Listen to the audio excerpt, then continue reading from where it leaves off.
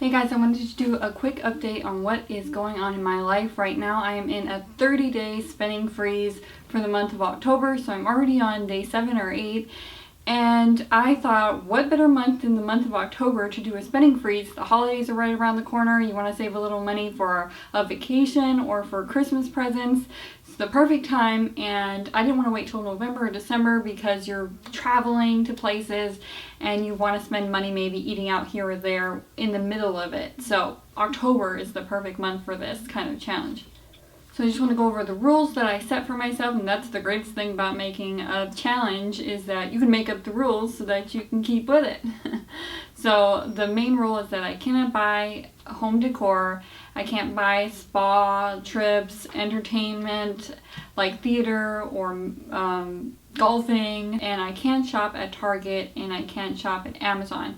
But I've been thinking that I don't think that Target is necessary anyway. I'm trying to think of something that I get at Target that I can't get at my grocery store. So if there's something that you go to Target specifically for, let me know in the comments, because I'm thinking about just cutting out Target altogether. One less card, one less trip.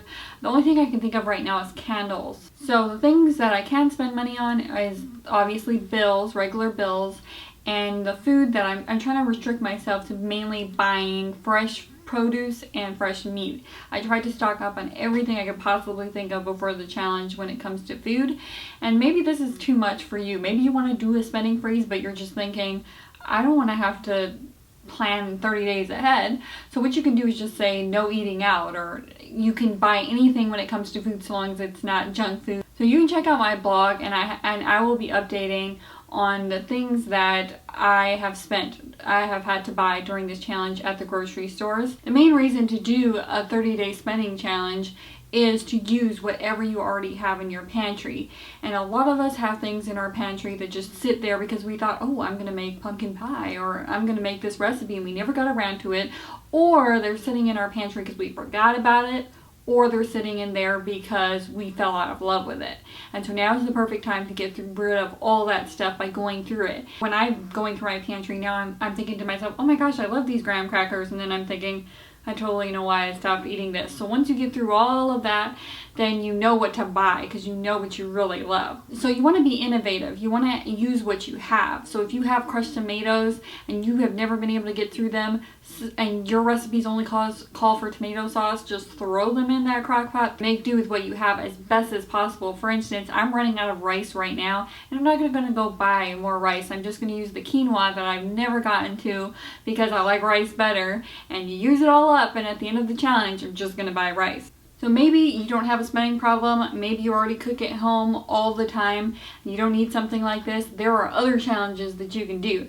So I'm going to go through a list of really quickly of challenges that you might want to consider for 30 days, and make a note of the ones that you would struggle with and then go with those. What I would do is I would go with the easiest one first and then go through. Some of these you might not have an issue with whatsoever, so there's no point in making it a challenge. So 30 days of no alcohol, 30 days of no swearing, 30 days of no junk food, 30 days of no tobacco, 30 days of no caffeine, 30 days of no added sugar, 30 days of no internet outside of what you need for work use, or 30 days of no media like TV, movies. If you want to look at it from a more positive perspective, you can have 30 days of reading a little bit every day, 30 days of walking a little bit every day, or 30 days of only 5 outfits, which is totally doable. And I plan to do this as it gets warmer again. But there was a woman who did a challenge, one dress for 365 days, which I could probably never do. I don't do laundry that much to do that.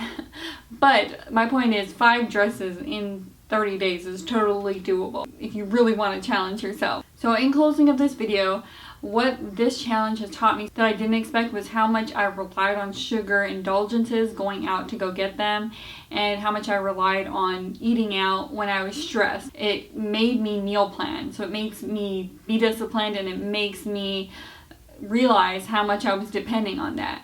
The other thing that it taught me is that I was making everything way too complicated. If you're out of an ingredient, oh well, there's no cilantro for the chicken tacos. Most times you can't even tell that little things are missing from the recipe, and sometimes you find out, oh my gosh, it even tastes better without that thing.